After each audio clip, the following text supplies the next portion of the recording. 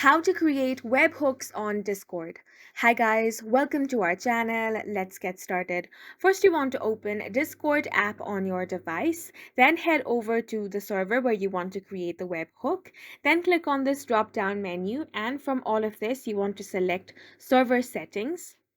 Then you want to click on integrations and find webhooks. Now click on view webhooks. Here you can find your existing webhooks. To create a new one, click on new webhook.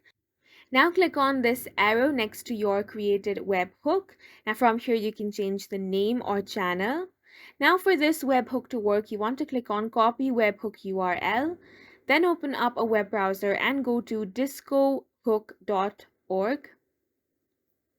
Now from here, you want to paste the link you have copied. Now you can make any changes you want from here. For example, click on add message and now you can add whatever content you want. Then scroll up and click on the send option. Now if you head back to Discord, you can see there is a message send with your webhook, and this is how you can create webhook on Discord. And that's it for this video. We hope you guys found it helpful. Please make sure to hit the like button and subscribe for more helpful tutorials.